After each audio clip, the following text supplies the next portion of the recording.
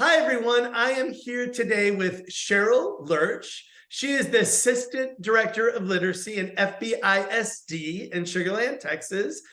And when we met, Cheryle was really tasked with the implementation of the impact team model, and we worked together for multiple years. And I thought it would benefit you, the reader, to get some pointers from Cheryle on around the implementation of the model and the lessons that she learned about implementation. So the first question for Cheryle, thank you for being here today, is if you had to give a tip to principals about how best to support educators and students while adopting a model with the emphasis of advancing student ownership of learning, what would be a couple of things that you might offer them as advice?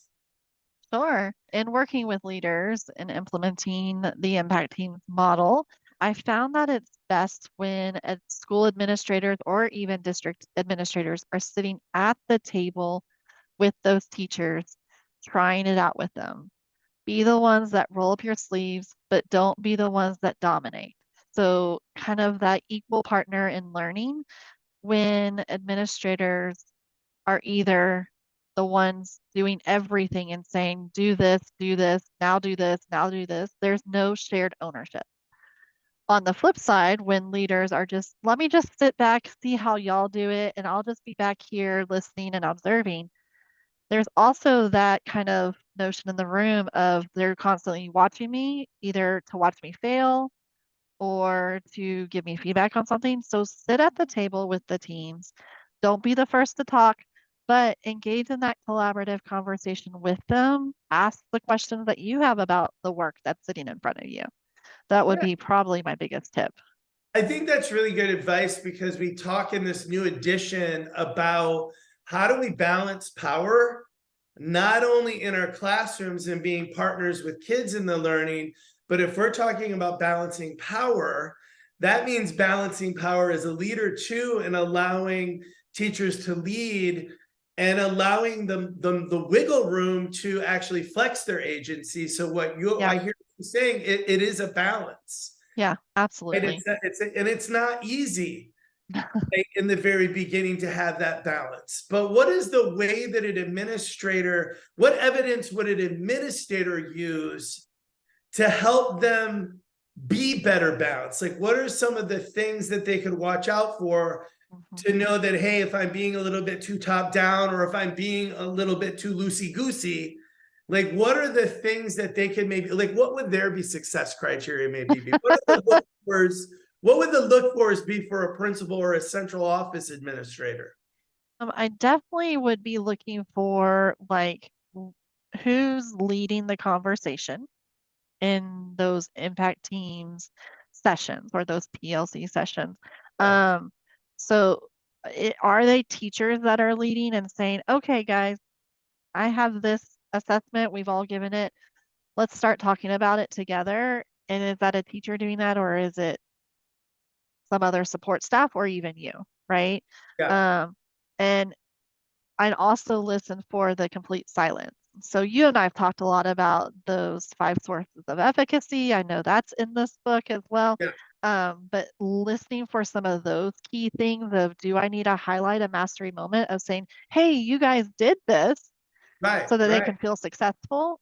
Or is there a lack of trust? So those pieces that are those sources of efficacy also drive the work that the team does together. Yeah. Um, for internally, I would say, how much am I leading and directing? So, for example, am I saying, okay, now let's turn to this question and look at this response? Paul, tell me, how did your kids do on that? And you're the one leading and directing. That's when I would stop and say, wait a second.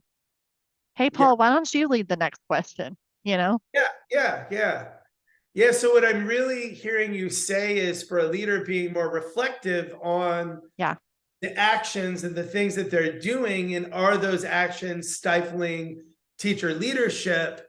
And from a central office role, I think you've kind of talked about body language, Yeah. just paying attention to who's leading discussions, So the kinds of feedback that you could give to your school that you might be supporting would help to advance teacher agency, which was Yeah. really the goal of the model from the very beginning, right? Yeah. I think it gets lost a lot because our general thing is to go back to that industrialized hierarchy that Yeah. is very comfortable, right? Right. But it's not the way to get people to collaborate and lead. I think the other thing you could listen for as a leader, and I do this even to this day, is just tell me what you want us to do.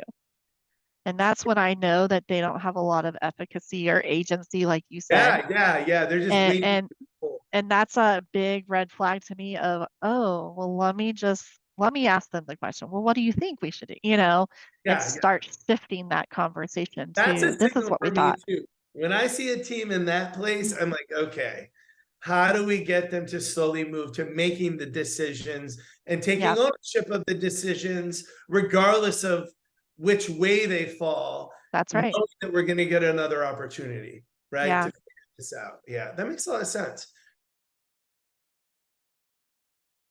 So I know that you and I both were really drawn to the work around guarding formative assessment, because when you see kids self-assessing and peer Hmm. assessing, and when they're valid and reliable, when they do that work and they're on the spot, you know that they can be their own teacher. Hmm. And that is the kind of agency that our kids need, because we need them to be their own teacher in life.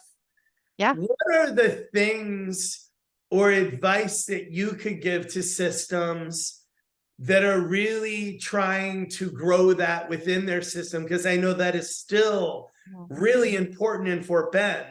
Yeah. And that's really, really important to all of the stakeholders in your system. And that's even how teachers are evaluated to some degree. What advice would you give to allow student ownership or to implement assessment for learning where students can actually thrive and lead their own learning? I think the biggest thing the shift that big happened after this was when we went out and recorded in classrooms those practices being implemented. And when we first started, it was very sparse, right? Maybe a kindergarten classroom here, a third grade classroom over here in a district our size. It wasn't rampant, but we recorded those experiences, those encounters where administrators and school leaders could see it in action in our own schools. That I think had the biggest impact and really got them thinking of, oh, that's what it could look like. Maybe my teachers can try this. And let me share this video with them and have them try this out and then allow that innovation to happen because their minds are just opened, right? Yeah, That could happen. And, some of those teachers are now leaders in our district. yeah, They were pioneers in this work and they still advocate for it today. And that's really once we started showing and not telling, that's when yeah. it really started to Well, grab hold. you're really speaking about the sources of efficacy because you're leveraging another educator's mastery experience Yeah. so other educators can learn vicariously through them. Uh-huh. Those are two sources of efficacy, and it's also really safe. Yeah. Another source of efficacy because we're watching a video, Yeah. right? And we get to see what it could be, and then we get to put our heads together and figure out, hey, I might want to try something like that too. And so it's good for everybody. Yeah. Yeah, And whatever entry point you wanted to try it, start small, but it really allowed it to take hold in our district and is now part of our everyday teaching and learning. yeah. And for those of you that are listening or watching today, there's also a full YouTube core collaborative YouTube channel that has hundreds of Yeah. videos for that very reason. But there's nothing like creating a video library within your own Yeah. system. And with that, I'm going to say goodbye to Cheryle.